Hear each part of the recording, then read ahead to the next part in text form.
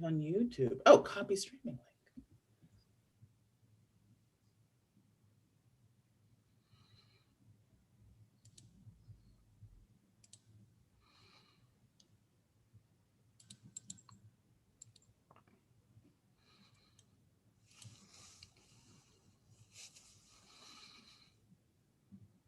Okay.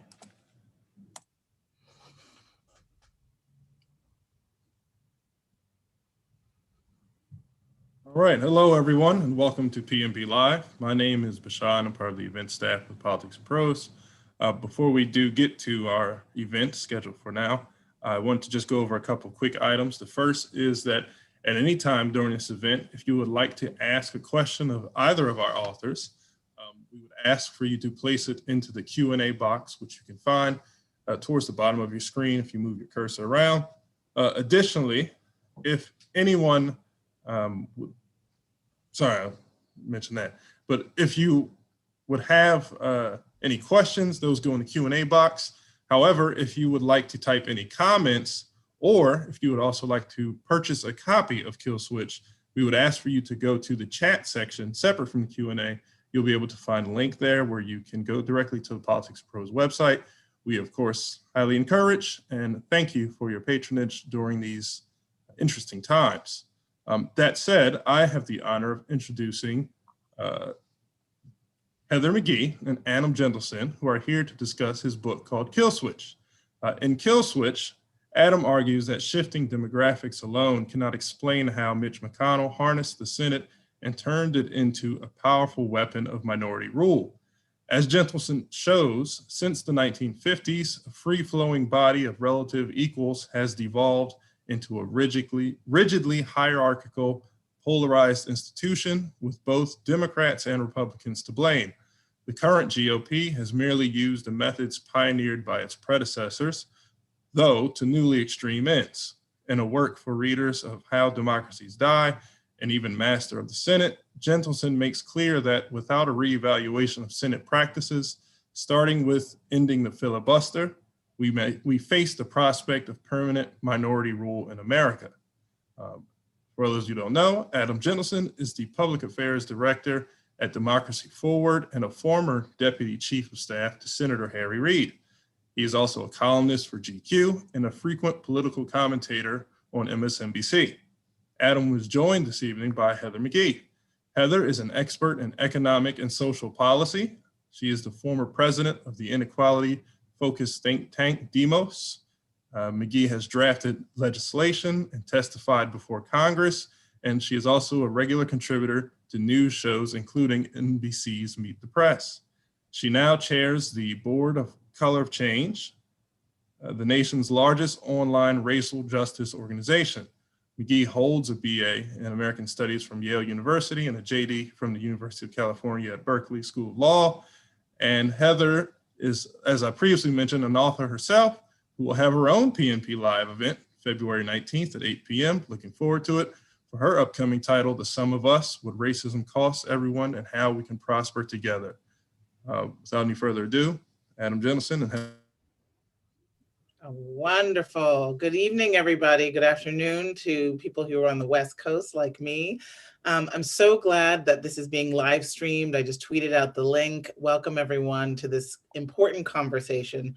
Could not be more timely, could not be more urgent, in fact, which is really about not specifically the filibuster, not specifically any one arcane Senate rule, but really the overarching question of can we have a functioning, representative, and multiracial democracy on this planet in the United States? And so I'm so excited to be interviewing my dear old friend, Adam Jentleson, who has been in the inner ring of some of the most important fights in America with his service with Majority Leader Harry Reid, his time in politics, and his time as one of the people who thinks just structurally and strategically about why it is that progressive ideas, even though they are popular with the majority of Americans, so often keep languishing and dying on the floor of the United States Senate. And now, as this country faces the extraordinary crises of the pandemic, the economic crisis that the pandemic has worsened, the crisis of inequality, the massive loss of jobs and economic insecurity across the country, as well as, of course, the foreign policy challenges we face, with at least 3 nations trying to undermine our national security here at home, and of course, the existential threat of climate change. That's just a few small things on the shoulders of this incoming administration.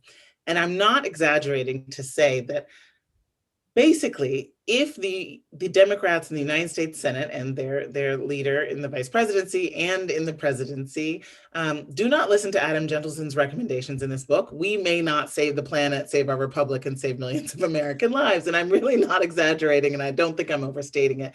But this hour that we have together will help you go ahead and get convinced yourself.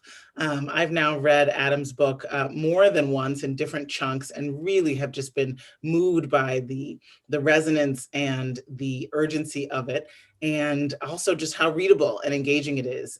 You go into a lot of history, and yet you also always have an eye to why this matters right now. So with that, Adam, welcome to Politics and Prose. Welcome to the bestseller list, and welcome to really being a man with a message for the moment. It's really very exciting. I'm so proud of you and happy to be in this conversation with you. Thank you, Heather.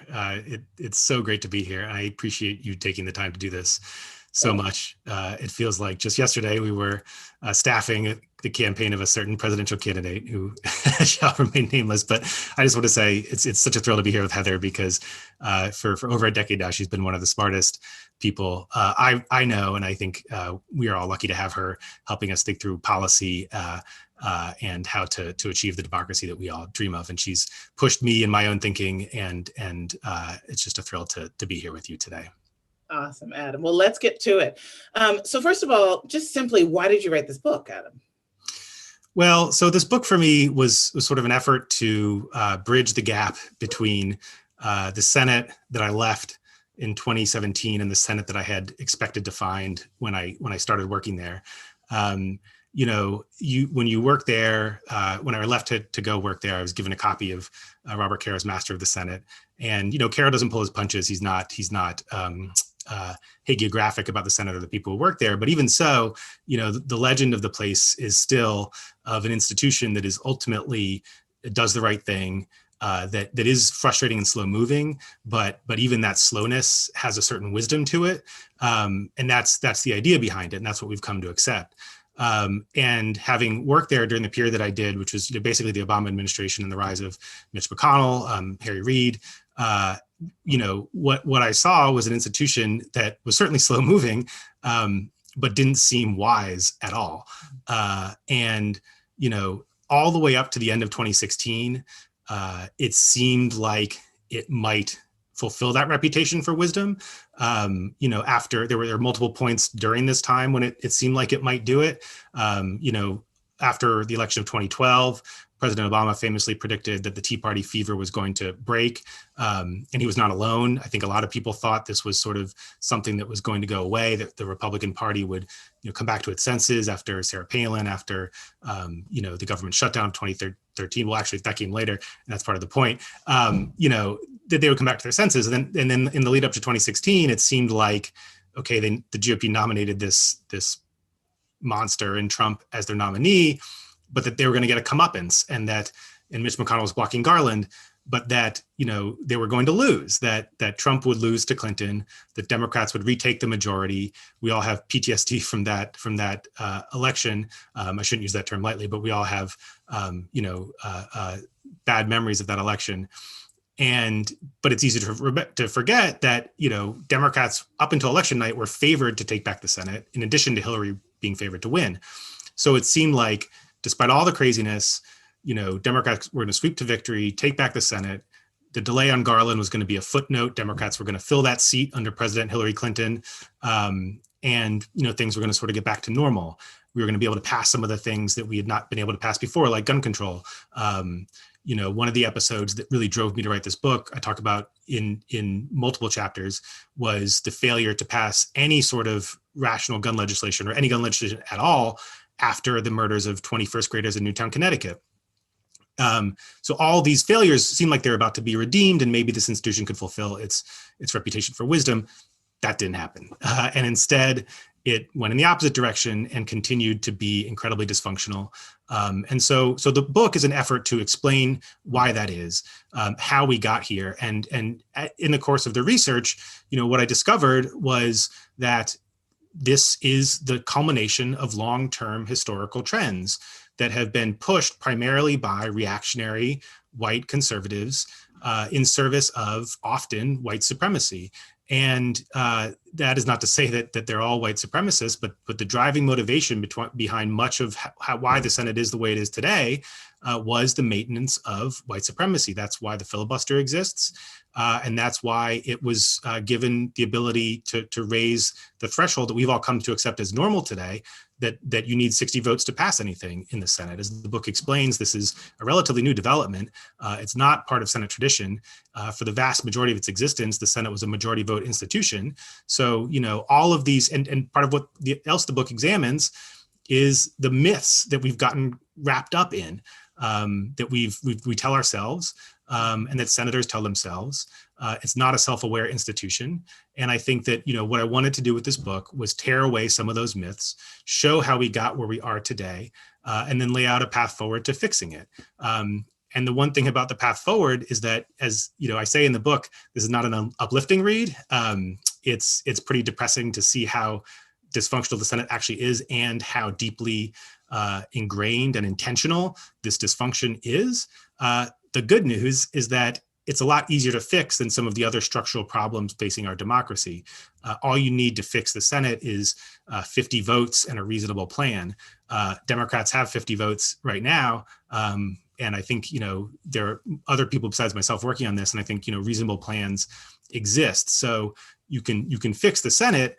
And once you fix the Senate, you open up the door to a lot of other potential reforms, because the Senate, all the paths to every other reform that we need to fix our democracy, things like DC statehood, things like automatic voter registration, every policy under the sun, from climate change to income inequality, they all run through the Senate. You can do some things with executive actions, but your powers are relatively limited.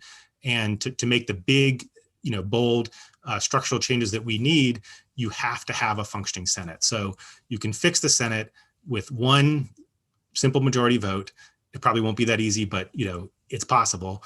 And then once you fix the Senate, you can fix all of the other problems. So, while the book may be a little dark in its assessment of the problem, I think ultimately, hopefully, people come away from it with an optimistic take about how we can fix it going forward. Great, Adam. I actually want to flip what I was going to do. I was going to have you sort of start with the history of how we got the filibuster and how we got into the supermajority rule and everything.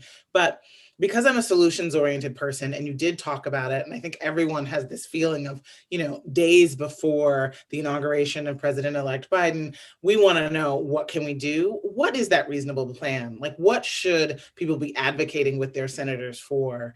And you'll keep convincing us more about why it's not an inherent part of the Senate, and it won't undermine democracy and the framers' vision in order to do this reasonable plan that you put out. But what is it? What should we do? I mean, the answer is to return it to the majority rule institution that the framers intended, and specifically that means, either abolishing or dramatically reforming the filibuster. And I try not to be too prescriptive about exactly how you do this, because there's a lot of good ideas out there, and I think a lot of them could work. And I think ultimately it may be a incremental process to get there, but the end goal has to be to allow legislation to pass or fail on a majority. And we can talk about this, and the book discusses it at length, but that is how the Senate was supposed to be. Some of the pushback to reform is you're going to make the Senate like the House, but this is what it was supposed to be. The Senate is like the House today. And you could argue it's a more poorly functioning version of the House, because it's top-down control, it's people marching in lockstep with their parties, but it doesn't get anything done. So you've got to the reason you need to return it to a majority rule, as I argue in the book, is that as long as the threshold is more than a majority to pass bills, what you're doing is you're enabling a minority to wield veto power over everything that happens. Now, this was not the way it was supposed to be. It is a recent development, but even more recently, we've come to a state where things are so polarized that this has become a much bigger problem than it used to be. The supermajority threshold didn't exist until the 20th century. It didn't come into common use until the latter half of the 20th century, and it didn't come into very frequent use until Mitch McConnell, or at least the turn of the century of the 21st century. So it's not it is a new development, and what that has coincided with is this polarization of the country. So even in previous eras where the supermajority threshold did exist, there was more bipartisanship, and the sides were less polarized, which meant that the side that was out of power wasn't just seeking to make the party in power look bad. What we have now is a situation where, because of polarization, because of forces like negative partisanship, and the work on that done by great political scientists like Liliana Mason, people are rewarded, politicians are rewarded by making the other team look bad. Many voters are more interested in seeing the other side lose than they are in seeing their own side win. And so, that minority veto that the supermajority threshold imposes gives the party that's out of power the ability to manufacture gridlock, make the other side look bad. And because our majorities are going to be relatively narrow for the foreseeable future, they only need a few votes to take back control in the next election. So they stand to benefit immediately by making Democrats fail. Take right now, for example, in 2022, the upcoming midterms, Republicans need just one seat to take back control of the Senate. So they're going to be heavily incentivized to manufacture gridlock, make Democrats fail, and then ride that voter discontent to take back the Senate in 2022 and ride a depressed Democratic base at the same time. This is what happened in 2010. In the roles that were reversed, it's the same thing that happened in 2018. But it's sort of a hard fact of political life that this is the way it is. So all that is to say, reform needs to return it to a majority threshold to take away that minority veto. I also argue that this needs to be paired with reforms that democratize the institution. This was supposed to be a leaderless body. The position of majority leader didn't really exist until the 20th century. It didn't have any power until LBJ. Unlike the House, where you have the speaker created by the Constitution. And so in addition to returning to a majority rule, you need to take away the power of these partisan political leaders to give marching orders to everybody. It should be a free-flowing body. Individual senators should have power to bring their own bills to the floor. The debate should be free and unpredictable. And so, if you return it to a majority threshold, if you free up senators to bring bills to the floor, to not follow party leaders, those are the best possible conditions for bipartisanship. You can't have bipartisanship if nothing's happening. Nothing happens when nothing's happening. So once you get the gears turning again, senators start getting back in the business of actually legislating, and they are freed up from the marching orders of partisan political leaders. I think that's the best thing you can do to both facilitate a functioning Senate and hopefully create some bipartisanship too. Great, Adam. Okay, so now let's go back. Now that we know where we're going, you've painted the promised land of what's going to happen when everyone in Washington has this book on their bedside table. Now let's talk about how we got here. So first of all, you're very clear in the book that the filibuster was not a part of the original Senate. Can you talk about the origins of the filibuster? And as you're doing that, for me, one of the more important and just eye-opening revelations in the book is just the degree to which white supremacy, the preservation of slavery, of segregation, of minority rule by white men was just inextricably intertwined with the sort of stopping of the functioning of the Senate, whether it was the filibuster or other moves, even to this day, of course. So can you take us through the history of how we got here, particularly with an eye to this question of what was the role of race? Yeah. Yes, take some water before you. Let's pull a Marco Rubio here. Yeah. So yes, and I want to ground this in the reality that it's not just that the filibuster wasn't a part of the original Senate, like it wasn't sort of something they hadn't thought of and it just came along. Yeah. It was not a part of the original Senate, and it was vehemently opposed by the framers. Obviously they couldn't oppose something that didn't exist until later, but they had a clear idea of this sort of thing in their minds, and they wrote very explicitly against it and warning us not to do it. And the reason they had it in their minds was that they wrote the Constitution in the shadow of the Articles of Confederation, which by all accounts had been a disaster and was very real to them. The Articles of Confederation was a disaster because it had a supermajority threshold in Congress for most major pieces of legislation. So the framers had just seen how creating a supermajority threshold actually leads to gridlock and dysfunction, and specifically gives a minority the ability to what they call embarrass the party in power. And so they're very focused on this, and they're very focused on preventing it. And they were prophetic. They warned us in Federalist Papers again and again that if you created a supermajority, Alexander Hamilton, Federalist 22, even addresses the fact that sort of you would think that a supermajority threshold would encourage bipartisanship. But he writes in Federalist 22 that what you might think would be a solution is actually a poison, because what it does, it allows a pertinacious majority, pertinacious minority, important distinction. It allows a pertinacious minority to embarrass the functioning of good government, to embarrass the majority. They saw this coming. They saw Mitch McConnell coming. And so they warned us against doing it in the Federalist Papers. They created the Senate as a majority rule body. And further, they created a lot of rules that would allow senators to limit debate and limit obstruction. 5 of the 19 original Senate rules placed limits on debate. Thomas Jefferson, in his first manual of congressional procedure, had a whole section called Order and Debate, in which he said senators should not speak superfluously or beside the question. And when that happened, he laid out measures to shut them up, like having everybody talk over them. They would open the doors of the chamber to sort of signal wrap it up. And then there was an actual rule that allowed a majority, if it needed to vote to end debate. And so all this clearly shows that obstruction was considered beneath senators. It wasn't supposed to be a part of it. And then that was true in practice. Senators did not obstruct. They debated at length, but they sort of were respectful of each other's time. And when it was clear, they debated to persuade. And when it was clear that an argument was over, we've all had that experience of, you get an argument and then you just start saying the same things over and over, or maybe that's just me, but, you start retreading the same ground. You're like, all right, we're done here. There was sort of a reasonable person standard that when that started happening, they would just move on and they would call up the vote and they would vote it up or down on a majority. So this is the way the Senate existed for the first 50 years or so of its existence.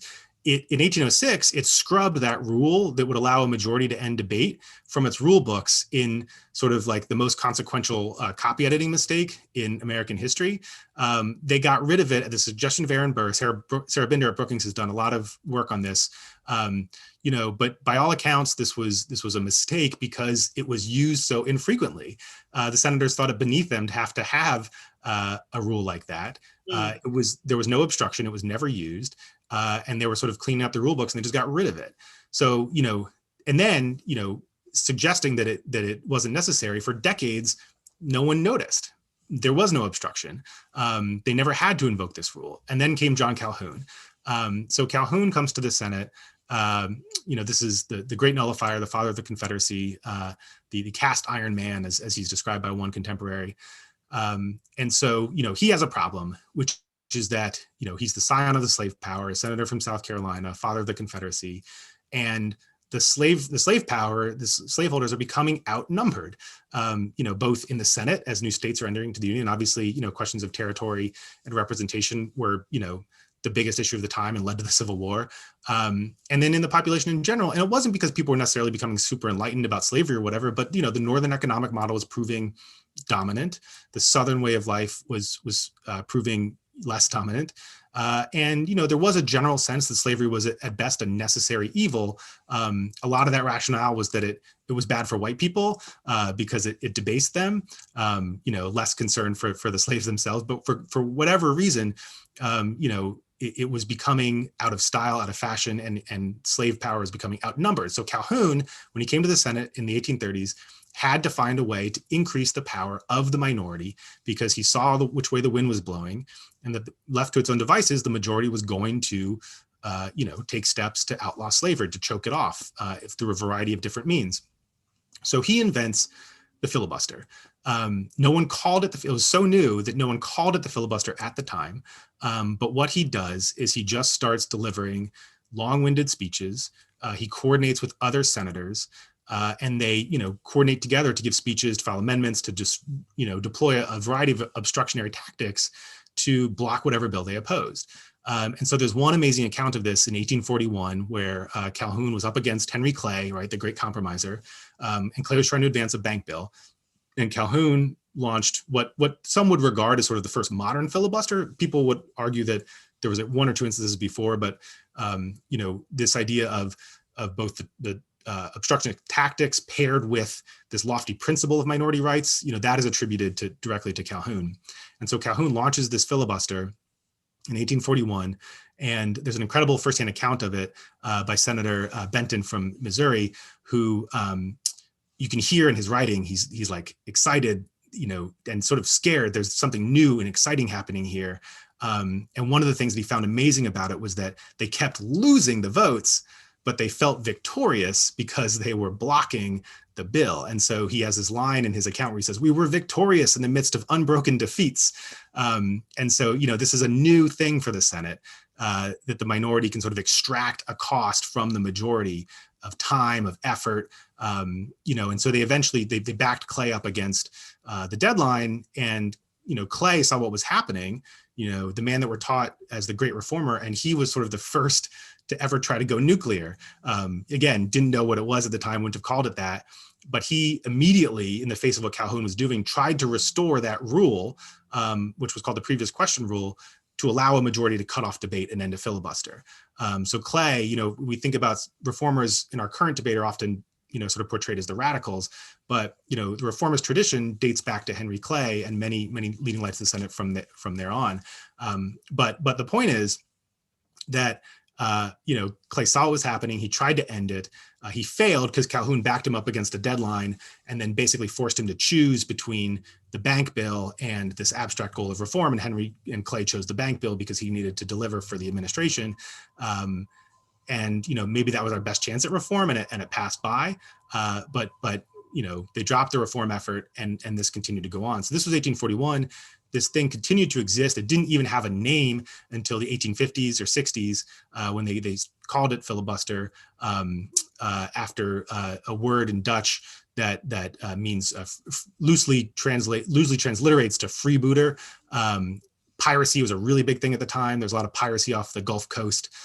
This was in the news. It was a hot topic. So they took this term and applied it to this new tactic, which also just goes to show that from the beginning, this was considered something, dangerous, unlawful, and new. So, Calhoun's need to protect slavery, creates the filibuster. It comes into existence. It begins being used through the 19th century. And I think I can keep going into the 20th century, but I don't want to go on a tangent. So should I stop there and should we talk about other things, or should I do the? Well, why don't you talk about sort of the filibuster in the modern era? Why don't we scooch all the way forward to what we know now? Yeah. So of this person called Mitch McConnell to stop everything from happening. Let's figured out a way to master the Senate in a totally different way.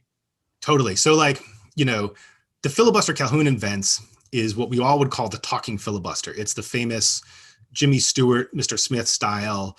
You go on the floor. That movie is the biggest problem. The movie, and it's funny because the movie is sort of loosely based on a true story, but in real life, the senator who did uncover corruption in the Pacific Northwest in this land deal didn't have anything to do with the filibuster. He used the committee process and hearings and investigations to uncover this.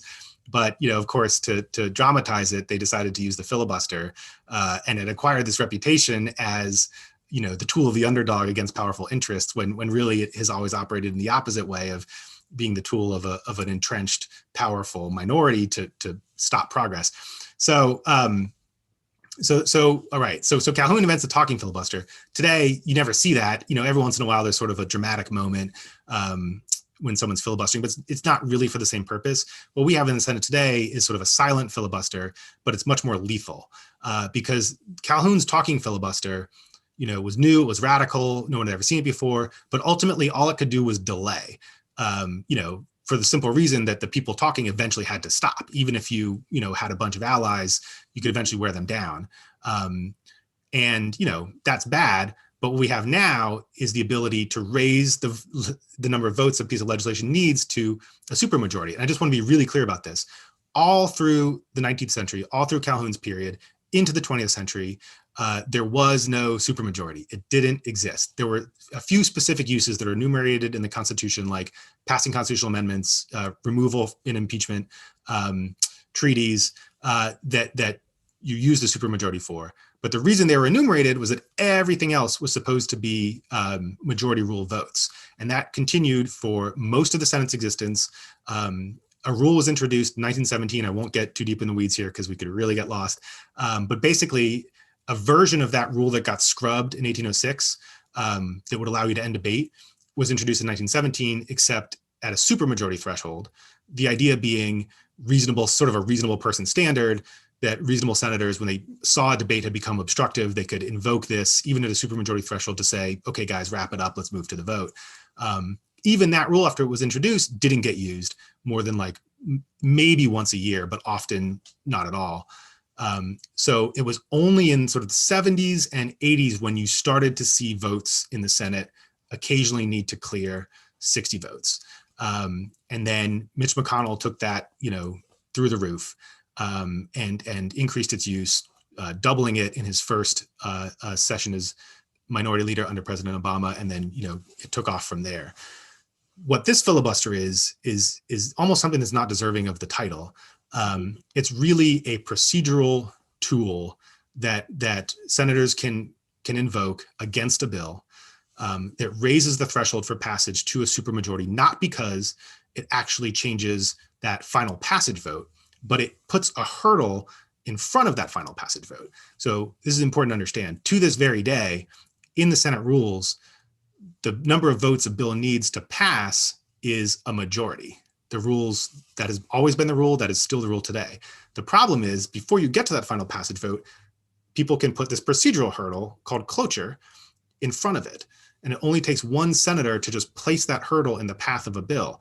And it's that hurdle that requires 60 votes, not passage. But obviously, you can't get to passage unless you clear this hurdle. And so, over the course of several decades, that hurdle was supposed to be the reasonable person thing where people could say, okay, guys, wrap it up. I may not agree on this issue. People on both sides of the issue would still vote to say, can we please move on and get to this final passage vote? But over time, it became not a sort of reasonable person tool to end debate, but senators of both sides of the aisle, Republicans and Democrats, found it useful in their narrow political interests to start to make this procedural hurdle sort of the major definitional decisive vote on a bill. And again, that increased over decades, but then Mitch McConnell used that hurdle against Obama to an unprecedented extent. That hurdle, in order to implement it, you can literally call the cloakroom, which is the nerve center for each party just off the Senate floor. It's literally a cloakroom, and each party has one. I don't think people keep cloaks in them anymore, but it's not impressive. It looks like a coat check room, and they're tiny and they smell bad, but they're very powerful because that's where all of the procedural stuff happens. So, literally you send an email to the cloakroom and you say, my senator, the senator I work for, has an objection to this bill. Boom, that's it. The vote goes up to a supermajority. So McConnell was able to just make sure that every bill that Obama wanted to advance had a senator raising that objection and increasing the threshold to a supermajority. To maintain that objection, you never have to go to the floor. You don't have to give a speech. Far from the sort of Strom Thurmond, the Jimmy Stewart holding the floor. You don't have to show up. You don't have to explain yourself. You don't have to explain to the public why you're doing this. You just send that email. You raise that one objection, and boom, the vote goes from a majority to a supermajority. And the reason it became so easy to use, also very weedy, but it wasn't intentionally for that purpose. It was sort of, we backed into it through a bunch of procedural changes that, in the 70s, when the workload of the Senate was growing massively because the size of the federal government was expanding, so there had increased oversight responsibilities, increased responsibilities to fund federal government and pass legislation, it became really hard to manage the floor. So they sort of implemented a bunch of streamlined procedures And sort of the end result of those streamlined procedures is what makes it so easy to register an objection. So, the point I would underscore is that, it wasn't supposed to be this way. The framers didn't intend it to be this way. And the reason it is this way is sort of this weird Rube Goldberg result of a bunch of unintentional decisions that, ultimately serve the interests of conservatives and Mitch McConnell, who basically realized they had this incredible tool that, could allow them, even when they represented as little as 35% of the population as they did in 2009, to effectively derail everything that the other side wanted to do. So I'll end this question in a second, but I just wanted to say, because I think this is a good example of how the Senate wraps itself in these myths. You could not, swing a cat in the Senate without hitting a senator who will talk till they're blue in the face about how the filibuster represents the greatest of Senate tradition and is deeply connected to the institutions of the chamber and blah, blah, blah. But, it basically just sort of, they just sort of backed into it. And, lots of people are invested in maintaining that myth. But it's not true. It wasn't supposed to be there, and it doesn't have to be there. And as I argue in the book, we should get rid of it. Wonderful. Okay, great. I'm going to start taking some questions from the Q&A. If you have not yet clicked on the link that was dropped into the chat to buy the book from Politics and Prose, please do that. Get one for yourself and get one for a friend. Okay, or one for your senator. That way. I think sending a bunch of books to the Capitol is a really great idea. Okay, so there's a set of questions in here that are kind of all the same thing, which is like right now. One, given that a few Senate Democrats oppose the elimination of the filibuster, somebody name checks Joe Manchin, but he's not the only one. Why not amend the Senate rules on January 19th by majority vote to require filibusters to hold the floor? Is one question. You would still need, the reason is that it comes back to the Manchin issue, which is that you would still, or whoever, if I end up using Manchin as a stand-in for objectors, forgive me, but you still need 50 votes to do that. I think that, so any change in the rules is going to require 50 votes, basically, is the answer. There are different types of reforms that you could do at the beginning of the Senate, although the beginning was January 3rd, and so some of those windows have closed. But essentially, to do anything, you need 51 votes. If the idea is that is a more moderate reform, and that possibly you could get Manchin to vote for it, whereas you couldn't get it to vote for eliminating the filibuster altogether, to that I definitely agree. Part of me wonders if maybe eventually that's where this whole thing heads. I think that probably you couldn't get that he would not vote for that yet. And this gets into the conversation. I hear this a lot. What about Manchin? What about Sinema and some of these senators who don't want to do it? But I think that, so I'm just going to ask myself that question and answer it, which is that, first of all, like having worked in leadership office, you start every vote with a whip list. Sometimes that whip list is 20 people. In this case, it's like, I don't know, 5. And to me, that's not a bad place to start. If you're telling me that the number of votes you need to whip on a certain thing is in that range, I think great.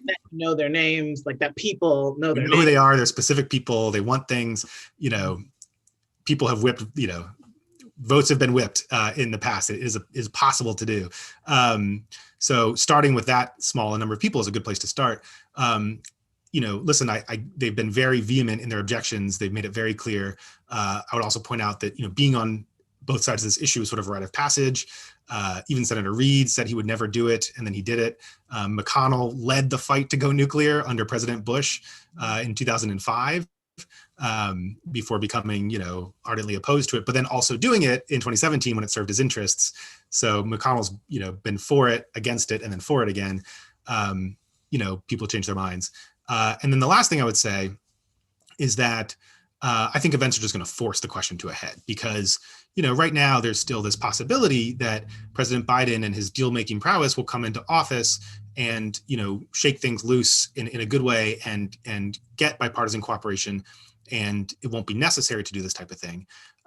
If you're a cynic like me, you think that's less likely to happen, and that when it doesn't happen, very quickly, like within a few months, Democrats are basically going to be faced with a choice of reforming the rules in some way or giving up essentially pretty early on in Biden's term on his entire agenda.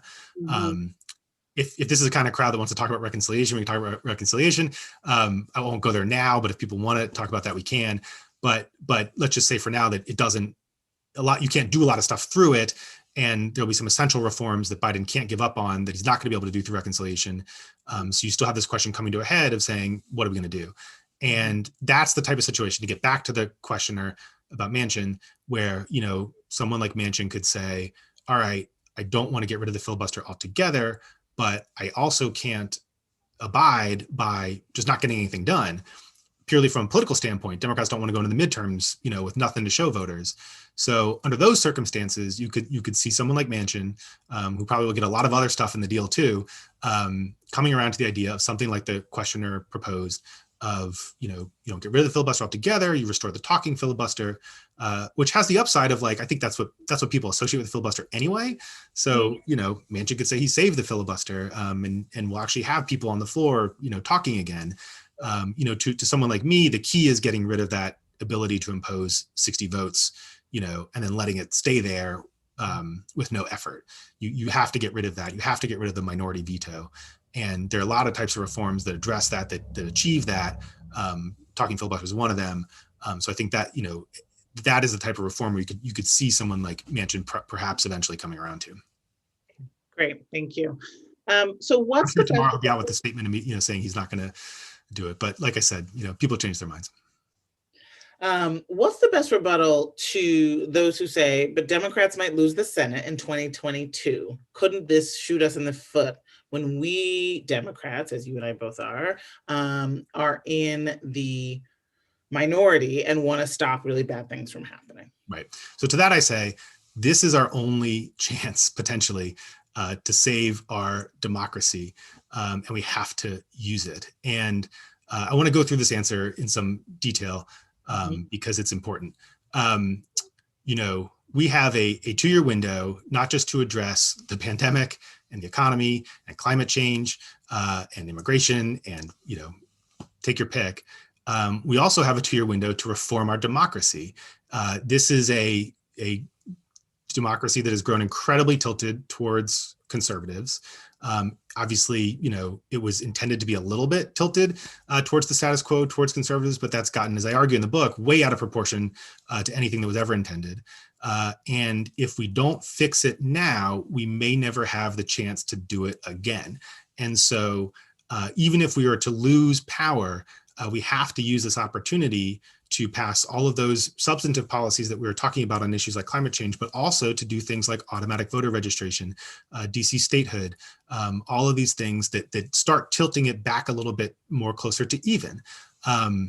And if we don't, we may never have the chance again. So one of the examples I use in the book is in 1970, this seems preposterous now, but it's true. There was we came very close to getting rid of the Electoral College. The reason we were able to get that close was that both parties wanted to do it. In the 1968 election that happened right before, both Nixon and Humphrey were really freaked out by the strong performance of George Wallace, who came very close to denying Nixon an Electoral College majority. If Wallace had performed a little bit better in a couple southern states, Nixon would not have secured an Electoral College majority. The election would have gone to the House, and nobody in either party wanted to see that happen. On the Democratic side, Humphrey only lost to Nixon on the popular vote by a fraction of a percentage point, but he got creamed in the Electoral College. So Democrats had a motivation to get rid of it too. Birch Bayh, a reformist senator from Indiana, who had just shepherded passage of the 25th Amendment, so this was still a time when we did things like passing constitutional amendments, took it on. He had close to the 2/3 supermajority he needed. It looked like he was going to get it. Commentators at the time assumed he was going to pass it. It was widely expected to pass. On the state side, you had most of the states you would need to ratify had already come out in favor of ratification. And there were plenty, of holdouts that were gettable. So we were really this close. What happened was, at the last minute, liberals got cold feet, just enough to not follow through. And so that's the kind of situation we face now, where, if it's depressing and shocking to think about how different our country would be, how different the world would be if we'd follow through with that structural reform at the time and got rid of the Electoral College. We're talking, no George W. Bush, no Donald Trump, big difference. So I would argue that that's the sort of situation we face today, where we have to do this reform, and we have to not just do the reform, but then pass the things that we need to pass to fix this country. Because I would love to think that we've gone through a watershed moment and the Republican Party is going to come back to normal, but I don't think that's going to happen. I think it's going to continue to march in a Trumpist direction. And, we have to take this opportunity to fix the problems in front of us. Because if we don't, we're going to have to tell our children why we didn't do it. And I don't think we want to miss this opportunity. One other thing I would say, sorry, I get this question a lot. So it's interesting, there's a balance in our country where, liberals pass big government policies. I say that affectionately as a liberal. We expand the social safety net, we improve our democracy, we expand the franchise, and then conservatives come in and trim it back, right? And we've totally fallen out of that natural balance. And I think that's part of what we need to restore here is we need to restore our ability to pass big things. And you can't do big things except by passing legislation. You can do a fair amount through executive action. There's the interstate compact. In the courts, though, Adam, and that's part of the huge problem. Exactly. Anything that's fragile and subject to court review with a 6-3 court is not something that we, can really count on to save people's lives right now. Right. Exactly. A lot of pushback to going nuclear in the past came from the choice community for understandable reasons, which was, they were afraid that Republicans would outlaw abortion, but now the problem is, with a court, you've got a court that's ready to strike down access to abortion. We've been sort of our options are limited at this point. We're facing conservative controlled courts, overall system that's dramatically tilted in conservatives' direction. The only way to tilt it back is to pass big bills. It's the only tool available that's powerful enough to do this, to push back corporate control of the private sector. That's why we need to do it. The other thing to point out is that when Republicans had unified control, they could have gotten rid of the filibuster and passed a lot of things themselves. They didn't do it. There's an interesting dynamic where it's not really clear that they have 51 votes for some of the big things that they threatened to do. The best example of this is repealing Obamacare. They used reconciliation. I keep coming back to that, but basically it's an end run around the filibuster that allows you to bring a bill to the floor with majority votes. So when Obamacare repeal came to the floor, it was sort of a test case of what would happen if the filibuster didn't exist, because it was ineffective against their repeal effort. All Republicans needed to repeal was 50 votes. They couldn't get 50 votes to repeal Obamacare, even though it was their main campaign promise for 7 years. It's really hard to get a majority to pass things. It's basically impossible to get 60 votes, but it's still very hard to get a majority, especially if those things are politically unpopular. So I think, liberals have a ton of things they want to pass that we need to pass that we can get 51 votes for, but probably not 60. On the conservative side, they'll pass some bad stuff, but they don't have as many things on their side that they desire to pass because, they've already got their courts and they've already got their tax cuts and all that stuff.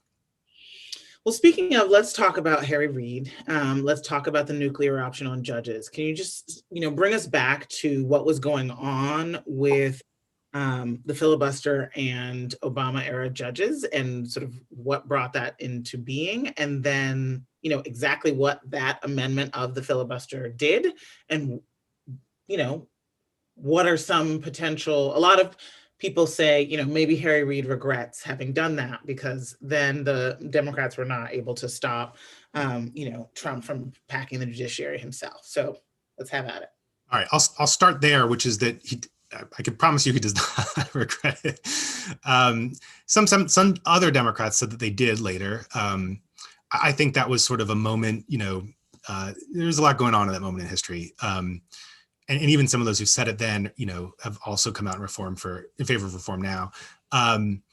But part of the reason I think it's not worth regretting that is, first of all, what that changed. So basically, Reid got rid of the filibuster as it applied to almost all presidential nominations, including judicial nominations, except the Supreme Court.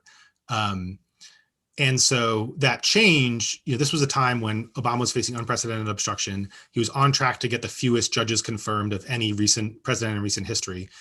That change allowed Democrats to confirm enough judges that Obama ended his term on par with recent presidents. So reason number one not to regret it is that if we hadn't done it, there would be far fewer Obama judges serving lifetime terms today. And those, instead of Obama judges on those benches, those would have been vacancies that would have been even more for Trump and McConnell to fill. So the affirmative good that the change allowed was getting many Obama judges confirmed. That's the same for his cabinet. There are a bunch of cabinet nominees who wouldn't have gotten confirmed, but less important in the lifetime context. And then, as the book will show, many people in this audience probably may not need to be convinced of this, but McConnell will do whatever he needs to do to advance his political interests and the interests of his party at the time. And I think it's unrealistic to think that once Trump came to power in 2017, when Republicans controlled the Senate, that McConnell would have given forbearance and not gone nuclear himself if Democrats hadn't gone nuclear in 2013. And just to put a fine point on this, if the filibuster had still existed, just go through the thought process of thinking, so, the first time a nominee comes up and Democrats filibuster them, what does McConnell do? Say Betsy DeVos or, James Mattis or, someone runs into a filibuster in the early days of the Trump administration. Is McConnell gonna not go nuclear? He would have gone nuclear. And the key thing to keep in mind is that let's take Betsy DeVos as an example because she passed on such a narrow majority. When Democrats filibustered, if the filibuster still existed and Democrats filibustered Betsy DeVos, McConnell would have easily gotten the votes to go nuclear himself, lower the threshold, confirm Betsy DeVos. And the key thing here is that act of going nuclear, when Reid went nuclear, he did it, blanket for everybody. McConnell would have done the same thing. So we're talking like March 2017, say, he goes nuclear, or February, he goes nuclear on Betsy DeVos. He would have been sure to have gone to use that to go nuclear for judges as well, thus clearing the way. He would have been looking for the opportunity to do it, so he would have cleared the way for the Supreme Court justices that were going to come later. So, if we hadn't done it, we wouldn't have gotten those Obama nominees on the bench.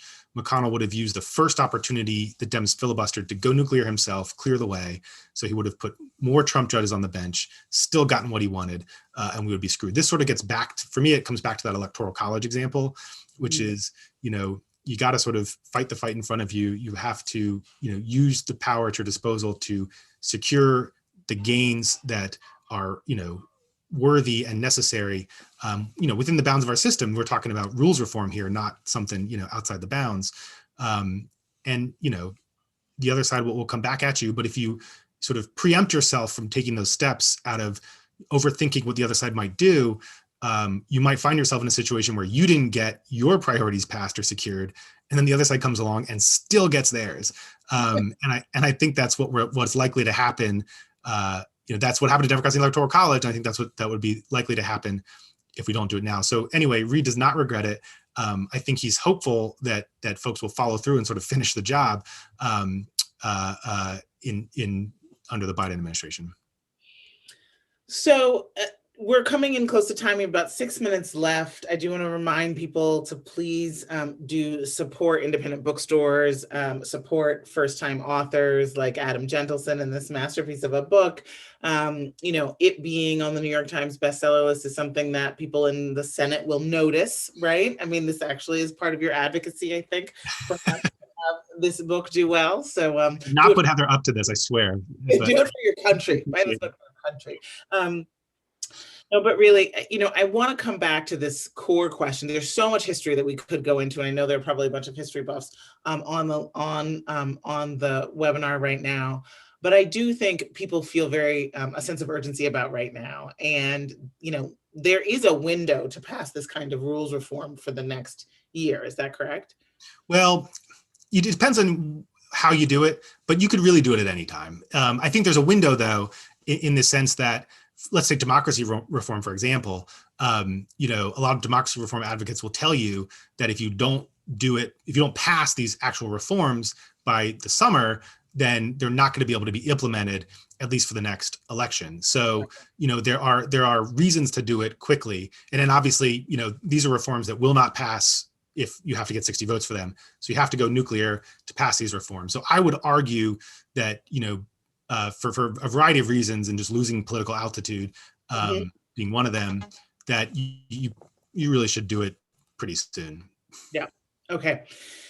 This question of 2022, and is this something that could come back to bite the Democrats? I think what I'm hearing you saying is basically the most important thing Democrats could do for their 2022 prospects are pass big legislation to heal the country, to put millions of people back to work, to make people's lives better, to end the pandemic, et cetera. Yeah. That is not possible without.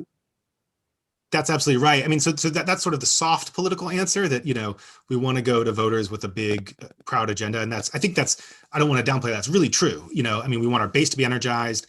We want to have made it's not just being able to say you did these things, but it's also those things having a big impact in people's lives and people being like, hey, my life is a lot better. But if you want the really hardcore political answer, I'll say this, which is that, the ability to win elections, Democrats are in a deep hole right now because Republicans have made it so hard to vote, and because of the geographic tilt of the Senate towards low population white states. So I bet there's some very realpolitik political minds on this webinar, and so to those I would just say expressly that if you want Democrats to have better chances at winning elections, a lot of these reforms are essential to that. And I don't think that is like a totally cynical, I'm a Democrat and I want it to be easier for Democrats to win elections answer. Because I actually think that, all we're talking about is making our elections fair. And it's crazy that this has become a political question, that making it easier for people to vote is like a Democratic position now. But that's how it plays in the real world. So, that is another sort of, if you want to be real realpolitik about it, none of those things are going to happen. And the whole system is going to continue to be dramatically tilted towards Republicans if we don't get rid of the filibuster and pass these reforms. All right. Okay, I think that's where we have to leave it. There's a little bit that we're supposed to do to wrap up.